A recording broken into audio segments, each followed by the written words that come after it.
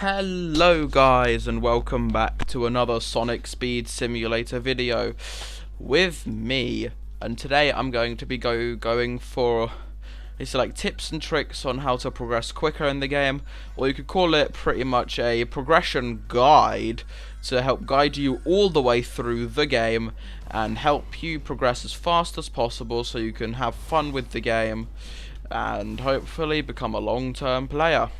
So, let's start, because when you spawn in, you're going to be in the Green Hills, I think it's called. Don't quote me on that. So yeah, when you're in here, your first objective will probably just be to run around and get some XP. You need levels, you need speed, and grab some rings. Rings will be pretty big for you here. And, you know, one thing I will say, just prioritize the quest givers. The quest givers are over here. Sonic, I don't have his, I can get his quests up. His quests are pretty simple, I would say, for this stage. They will help you very well. Some will even reward some chows. And then on to the topic of chows. You want to try and secure yourself some good chows as early as possible. Some chows you can get during events like these ones in the shadow event right now, which I have a separate video going over how to do all parts of. The shadow event is in the Green Hills and the Lost Valley, so these chows are personally very good because they're also magnet chows, which I get to talking about as well. So you can either get these, or there are some that give more XP than those that you can get by codes that I will link in the description, that you can also use to majorly increase your XP right when you're early in the game.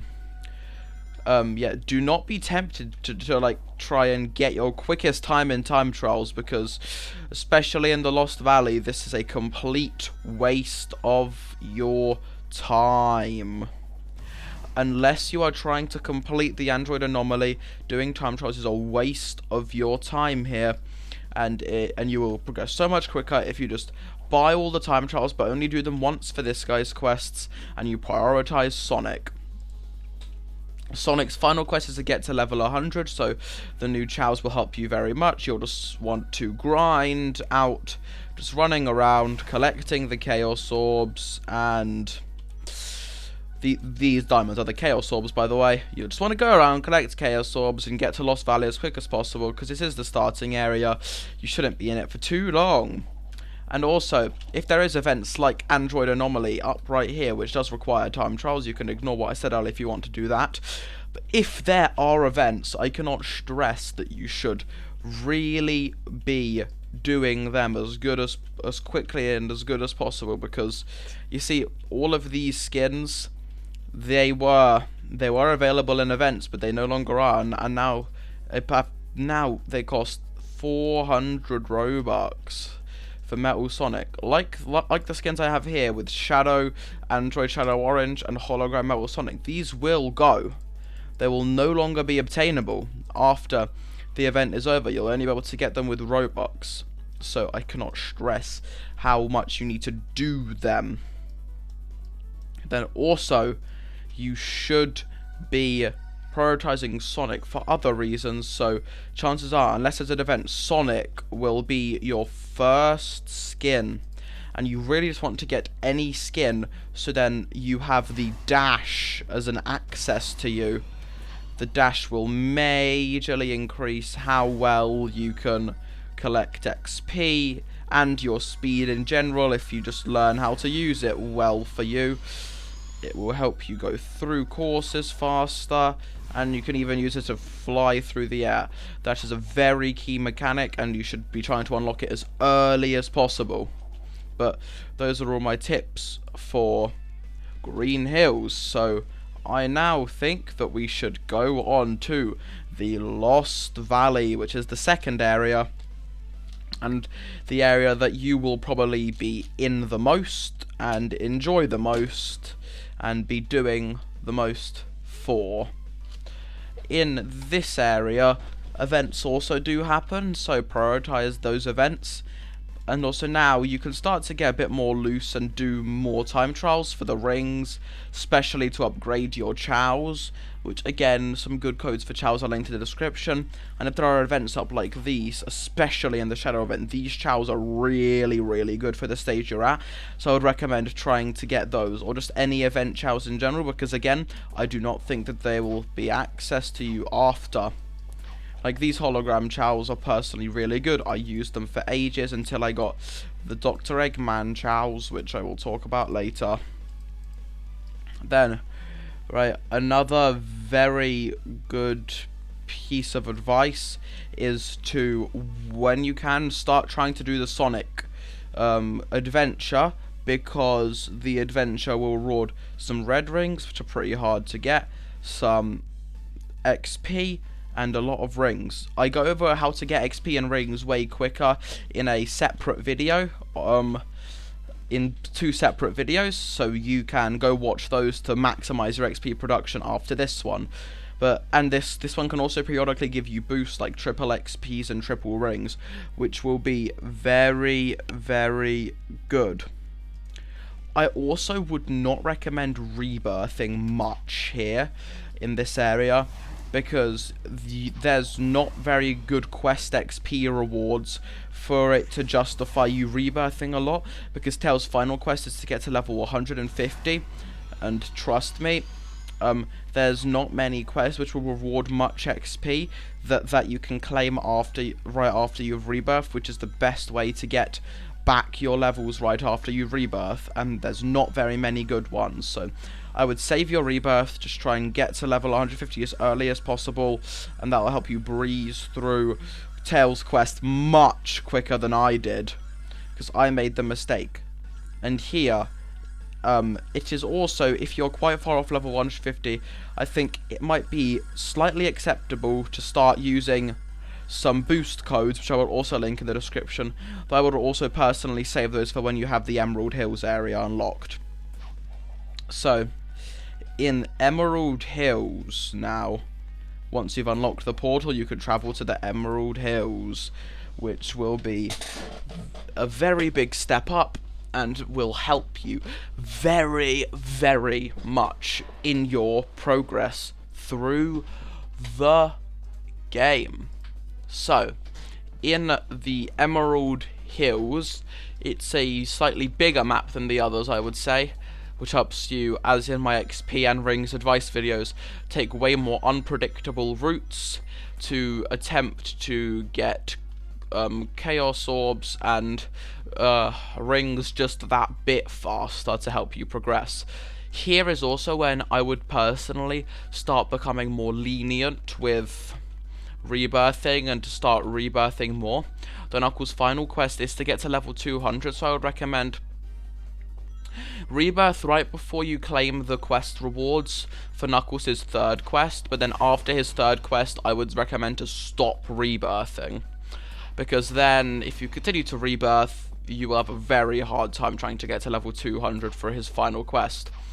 But while you haven't finished his 3rd quest, another very good thing for XP is Tails' adventure. You see 318 mil XP, and it can also give you boosts, rings, and red rings. So what I would recommend is complete most of the adventure, maybe like leave 1 time trial, then rebirth, then run a time trial here, then you'll get that XP and it'll put you like right back up to level 120, which is a very, very good level for a couple minutes right after you've rebirthed. So to sum this up, you're able to rebirth more, you're able to be a bit more lenient, and also here is where I would start putting a lot of my rings towards leveling up chows. I would say level up some good damage chows, you'll need those for Dr. Eggman, level up some solid XP chows, and then also level up some chows for rings. These will all have their uses, mattering on what you're trying to get.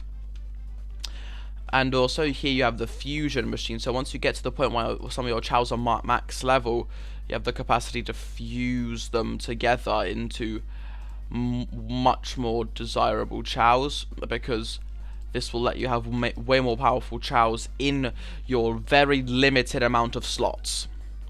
But now, I would recommend the rings you spend on Eggman are so worth it, and you should try and do Eggman as soon as possible, because the better you do on Dr. Eggman, the more spins for this you get.